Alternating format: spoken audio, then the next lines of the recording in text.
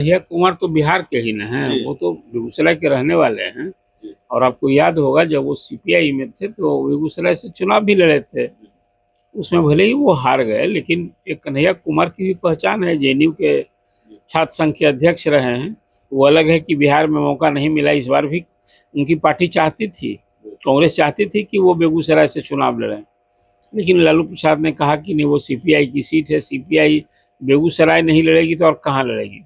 अब कांग्रेस को फिर जो अभी राहुल गांधी की जो वहाँ कोटरी है उसमें कन्हैया कुमार ने जो जगह बना ली है, तो दिल्ली में चुनाव लड़े, भले उन्हें सफलता नहीं मिली, लेकिन एक राष्ट्रीय छवि तो हो ही गई है कांग्रेस के अंदर। उनका जो रोल है, जो इम्पोर्टेंस है, तो बिहार तो उनका घर है। बीवी की तो एंट्री हो गई बिहार में, डेरा डालने वाले हैं। ये जो दो नए खिलाड़ियों का जिक्र आप कर रहे हैं या दो खिलाड़ियों का जिक्र कर रहे हैं, इनको भी कांग्रेस महत्वपूर्ण टास्क देने वाली है। पप्पू यादव तो खैर बिहार में होंगे, लेकिन क्या कन्हैया कुमार की एंट्री भी अब बिहार में होने जा रही है और कांग्रेस के लिए बिहार में वो बैटिंग करेंगे? क्योंकि चर्चा ये रही है हाल के दिनों में कि आरजेडी के दबाव में, तेजस्वी यादव, लालू यादव के दबाव में बिहार से दूर रखा गया है कन्हैया कुमार को। ये कन्हैया कुमार तो बिहार के ही न हैं, वो तो बेगूसराय के रहने वाले हैं। और आपको याद होगा जब वो सीपीआई में थे तो बेगूसराय से चुनाव भी लड़े थे। उसमें भले ही वो हार गए, लेकिन एक कन्हैया कुमार की भी पहचान है। जेएनयू के छात्र संघ के अध्यक्ष रहे हैं। वो अलग है कि बिहार में मौका नहीं मिला। इस बार भी उनकी पार्टी चाहती थी, कांग्रेस चाहती थी कि वो बेगूसराय से चुनाव लड़ें, लेकिन लालू प्रसाद ने कहा कि नहीं, वो सीपीआई की सीट है, सीपीआई बेगूसराय नहीं लड़ेगी तो और कहाँ लड़ेगी।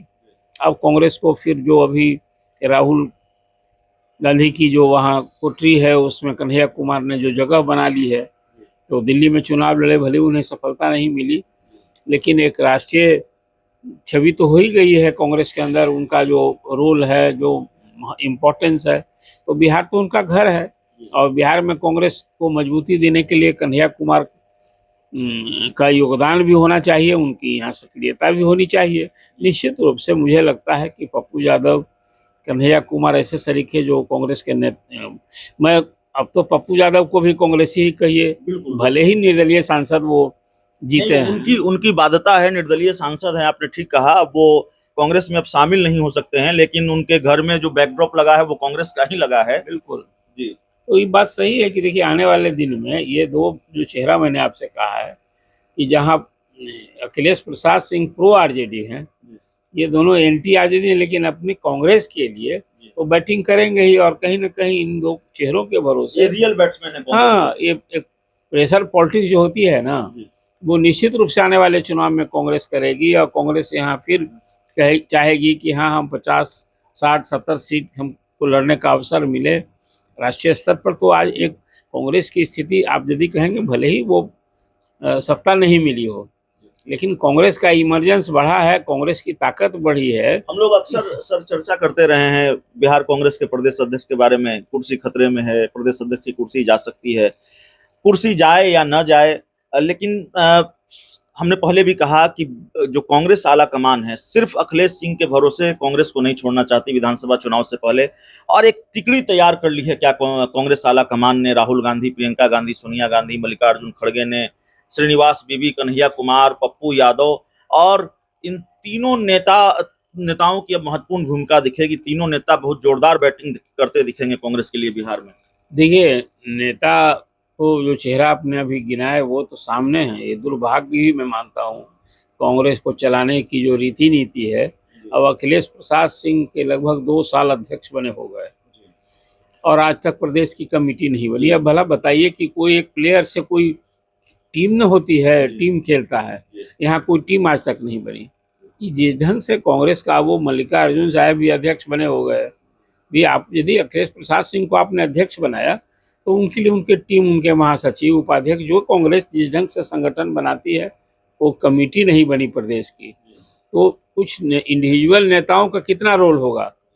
और जब तब कि जिस ढंग से एक गुटबाजी है, जहां एक प्रो अप्रोच है। आपको याद होगा कि इसी चुनाव में अखिलेश प्रसाद सिंह तो राज्यसभा की सीट उन्होंने राजद के सहयोग से ले लिया, अपने बेटे को भी चुनाव लड़ाया महाराजगंज से, भले ही हार हो, लेकिन कई एक इशू ऐसे रहे जिसमें की बात हुई कि भाई विधान परिषद की हाँ सीट विधान परिषद की सीट छोड़ दी, वहाँ प्रेमचंद मिश्रा को अवसर नहीं मिला दोबारा जाने का, जबकि संख्या थी और वो बाजी मार ली माले ने। तो कुल मिला जो आकर जो एक स्टाइल या जो तौर तरीका चल रहा है ना, उसे कांग्रेस में भी भारी गुटबाजी है।